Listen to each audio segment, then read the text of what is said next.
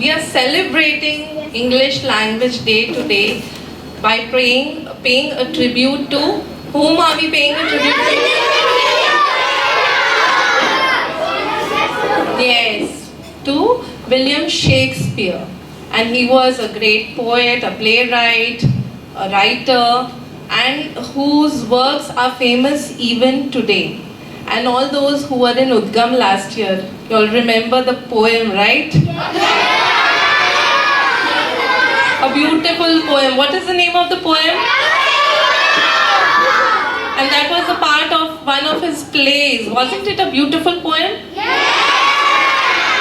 Yes. So we will begin in some time. Keep cheering and listen to what all your friends are sharing today. It's going to be a wonderful event. All right? The stage and all the men and women merely players. They have their exits and their entrances. And one man in his time plays many parts, his acts being 7 ages. This monologue of the play As You Like It by William Shakespeare asserts that life is like a stage on which men and women merely play roles. And can't we agree more? Greetings and a very warm welcome to our respected Principal Dhanya ma'am, Vice Principal Geeta ma'am, Kaya ma'am, teachers and my dear friends. That which we call a rose by any other name would smell as sweet.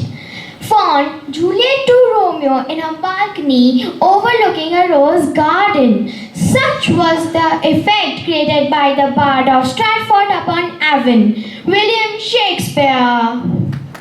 Presentation of the most popular soliloquies by Shakespeare's plays. A soliloquy is the act of a character speaking their thoughts aloud, often when they are by themselves but sometimes with others around. Shakespeare frequently made use of soliloquies in his plays. So hold on to your seats and get ready to experience the kaleidoscopic versions of spectacular elements created by Shakespeare. The question whether it is nobler in the mind to suffer the slings and arrows of outrageous fortune, or to take arms against a sea of troubles, and by opposing end them, to die, to sleep no more, and by sleep to say we end the heartache and thousand rapture shocks. The flesh is here too. 'Tis a consummation devoutly to be wished. Thank you. Tomorrow and tomorrow and tomorrow creeps in this petty pace from day to day to the last syllable of recorded time, and all our yesterdays have lighted fools.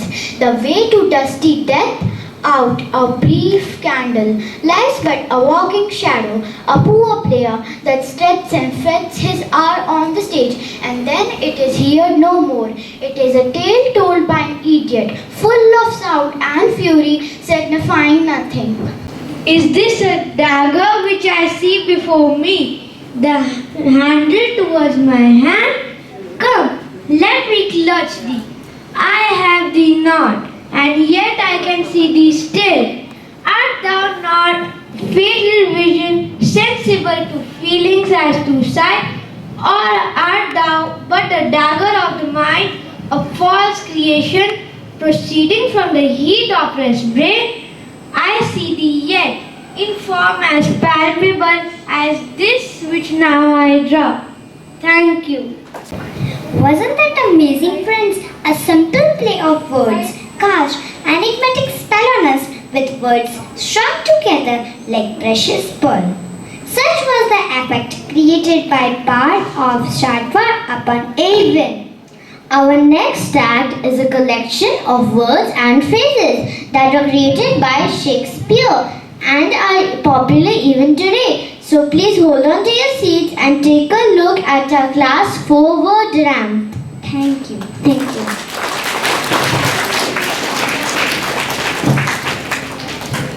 Good afternoon, all of you. Please sit down, no need to stand up. You are all very young now, but as you grow up, you realize that Shakespeare is the greatest writer in the English language. He has written 37 plays and more than 1,000 lines of poetry. Shakespeare's stories are not original. His stories, his ideas are all taken from history or from some other source. What is his originality is the way he treated them, the language that he used, and the characters, the way he understood his characters and portrayed them. It is as if he could open the head of all the characters and see what's going on inside their heads. Shakespeare is a great teacher of psychology. I often say I have learned more psychology from English than from psychology itself. His oft quoted lines, you have quoted many today. What's in a name? When you say what's in a name, the answer is a rhetorical question, meaning there's nothing in a name. But the whole play of Romeo and Juliet is based on the fact that name means everything. And that's why Juliet tells Romeo, doff thy name and be mine.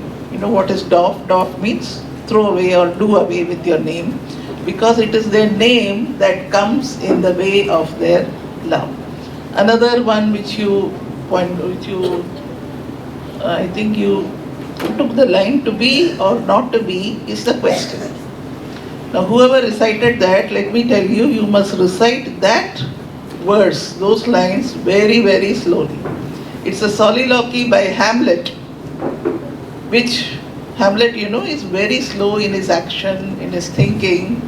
So he says, to be or not to be is the question, should be recited very, very slowly. But I appreciate all the children who have come on the stage and spoken lines of Shakespeare, because it's very difficult. The language is not easy. He uses the medieval language, which is somewhat different from the English, the modern English that we know. So I really congratulate all the students who came here and spoke lines from Shakespeare.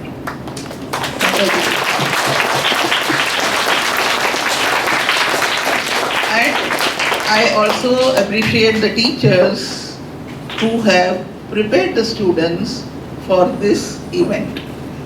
Shakespeare's birthday, as was on Saturday, birth anniversary, that is 23rd. But we are celebrating the day today.